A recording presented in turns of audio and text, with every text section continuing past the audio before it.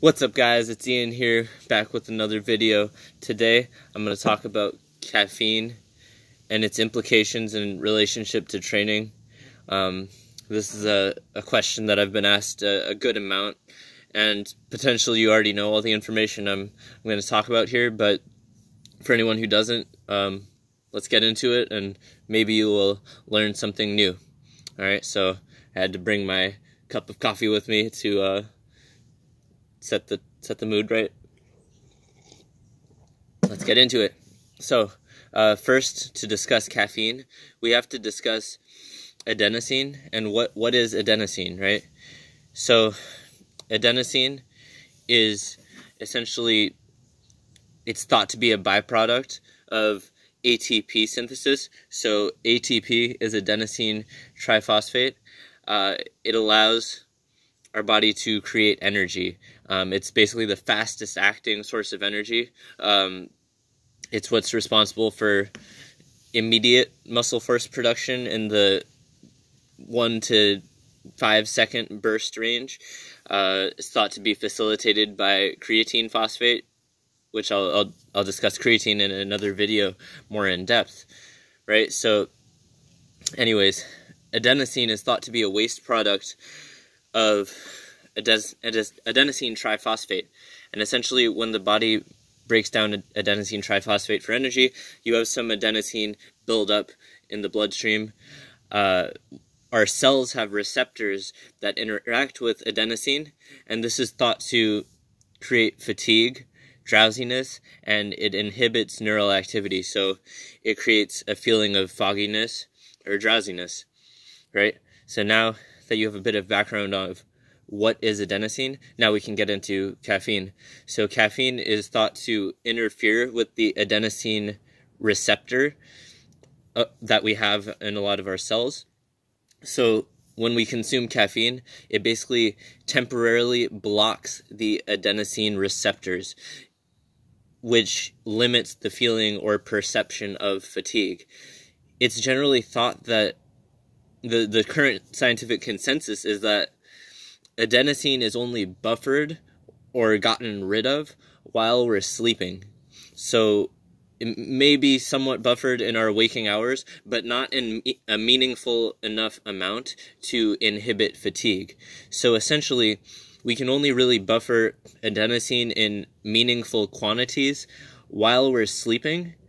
Caffeine, it basically interferes with the receptor site for adenosine to make it so no matter how much adenosine is present in the bloodstream, essentially we will not feel fatigued, right?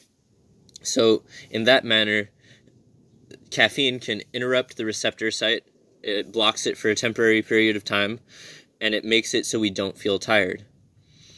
So why is this relevant? A lot of people feel tired when they wake up, so they'll consume caffeine, and it lets them get through their day. The issue is that caffeine doesn't actually help us buffer adenosine at all, and since we only buffer adenosine while we're sleeping, if the caffeine interrupts the adenosine receptor site for some period of time while we're asleep, we're unable to fully buffer all of the adenosine while we're sleeping. So then we wind up with this cycle of events where the next day we still feel bad in the morning because we have not slept for long enough to buffer all of the adenosine present, because the caffeine interfered with some of that process while we were sleeping and supposed to be buffering the adenosine. So this is how the vicious cycle of caffeine addiction can be brought about, essentially, is because if we consume caffeine too late in the day, it interrupts that receptor site. While we're sleeping, body can't fully buffer adenosine. We still have too much adenosine built up when we wake up the next day, and then we need extra caffeine to make bring ourselves back up to that baseline of feeling alert enough to function and work and do whatever you have to do throughout the day, right? So yeah, it's complicated. You know, adenosine is essentially what would prompt us to want to sleep, but since our jobs have set hours, we can't just go to sleep whenever we want. So what the best practice is, try to find like a job with custom hours that'll let you sleep whenever you want. That's not really possible. So I think best practice is to cut off your caffeine consumption after a certain point in the day. And here's where it gets complicated.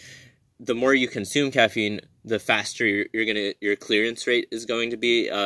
This is a basic pharmacology concept, but with a lot of different drugs that interact with cell receptor sites, as your body gets accustomed to interacting with that drug, will essentially improve the clearance rate of that drug, right? So as you get more used to consuming caffeine, you're going to improve the clearance rate of it. And this is the same with alcohol. Just because you feel sober, or just because you feel like the caffeine has worn off, it doesn't necessarily mean you're going to be able to sleep unimpeded. So you may feel like the effects of the caffeine or alcohol have worn off. It does not necessarily mean that your sleep will be uninterrupted by it.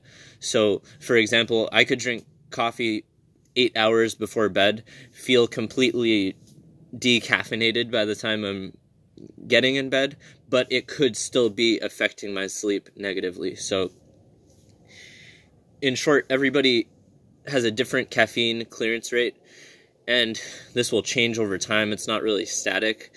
And also, I talked about how caffeine blocks the receptor site. Well, it can only block it for so long, and if your body is super tired, you can't just delay sleep forever with caffeine. You'll probably eventually have to sleep, or you may die, right? So this is why sometimes if you're super fatigued, you'll feel like you need more sleep. Maybe your body just took that extra amount of time to buffer the adenosine. As a caveat, the reason why you feel sleepy in the morning isn't always because of adenosine buildup or lack of it being buffered. It can also be if you're woken up in a suboptimal portion of a sleep cycle. That can result in feeling extra tired in the morning too. All right, so hopefully this was informative. I've given you some information on caffeine, adenosine, the relationship, how it affects your sleep. Now let's get into training implications and how I like to manage caffeine around training. I don't necessarily do all of this myself, but these are my best practice key takeaways that I would recommend for other people to do if you care about your health and avoiding injury. All right, so let's get into it. All right, so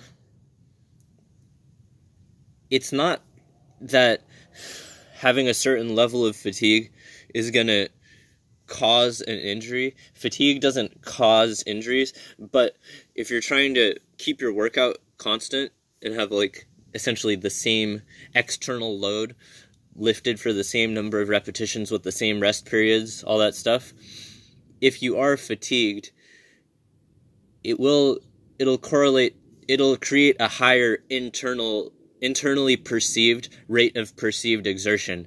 So let me clarify here.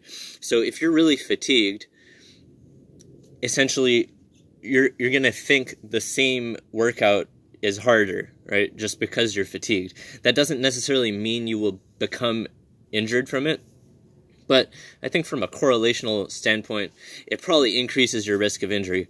Where am I going here? So, all right, so what I would say here is essentially that I think if you have a big workout coming up and you're somewhat fatigued, it's probably fine to use caffeine. What I would prefer, though, is essentially for the use of caffeine as a performance-enhancing ergogenic aid in workout, I would prefer for you to sleep enough and not feel bad when you wake up. So essentially sleep enough, get that, 7 to 10 hours of sleep, depending on, your lifestyle, how strenuous everything is, how much sleep you need as an individual. Get enough sleep, feel good, and then use caffeine as an ergogenic aid to increase your performance. I think too often people use caffeine as a patch, so they feel bad. They just, they had a hard day, they got off work, they're like, okay, I'll just take some pre-workout, and I'm going to go kill it. And I'm not saying that you're going to get hurt. It's yeah, I can't say that it's causation. So for example, like, I could completely undersleep and do the same workout that I would have done on normal sleep with no auto-regulation, just same workout, low sleep. And there's no guarantee that I'm gonna get injured there. Does the probability go up? Probably. I would have to read more. I'm not sure that lack of sleep directly affects tissue integrity from a tissue quality standpoint. It might affect your ability to tolerate workload. So does it affect your acute to chronic workload? I've talked about that phrase before. It's probably been really popularized in strength and conditioning lately. I hear the barbell medicine people talk about it a lot. I think acute to chronic workload is probably the biggest leading indicator of your susceptibility to injury during a workout or exercise session. Acute to chronic workload, it basically is the concept referring to what is this acute stress on your body, and chronically has your body been able to tolerate a similar amount of stress, or is this like the most stressful thing you've experienced in a long time? If something represents the most stressful thing you've experienced in a long time, so it's acutely a big spike in relation to your chronic workload tolerance, that's going to correlate to a higher injury risk. So I don't think having high levels of adenosine buildup necessarily affects your tissue integrity, but it does affect your coordination. It does affect your ability to neurally concentrate on things, and that could have a big effect on your performance.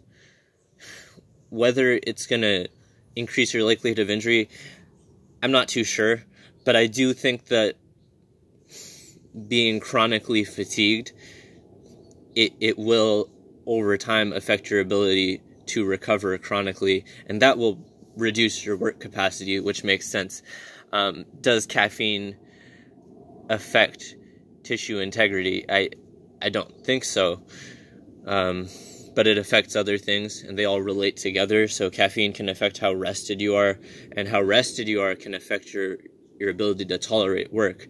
I talked about in a previous episode about how a lot of professional athletes, they commonly sleep 10 to 14 hours a day. We're essentially paying professional athletes to sleep and not work regular day jobs, because if professional athletes had to work a 9-to-5 job, do their athletic training, and sleep 7 hours a day like a lot of us do, they would I'm almost positive their injury rates would go up, right?